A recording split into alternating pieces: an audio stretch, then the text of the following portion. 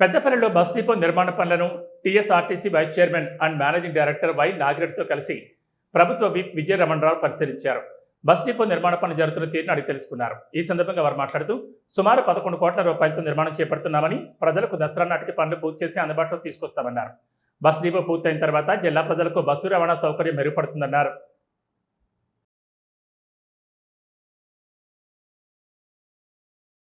మరింత వర్షం కొట్టినా కూడా లెక్క చేయకుండా వారు కరీంనగర్లో బస్సులు ప్రారంభించుకొని మరి వారు తప్పకుండా దీన్ని దసరాకు స్టార్ట్ చేయాలి, దసరాకి డిపోలు ప్రారంభించాలని చెప్పి పట్టుదలతో కృతనిశ్చయంతో మరి ఇక్కడికి వచ్చి పనులను పరిశీలించే విషయంలో మరి వారిని స్థానిక ఎమ్మెల్యేగా మరి నేను స్వాగతిస్తూ ఉన్నా.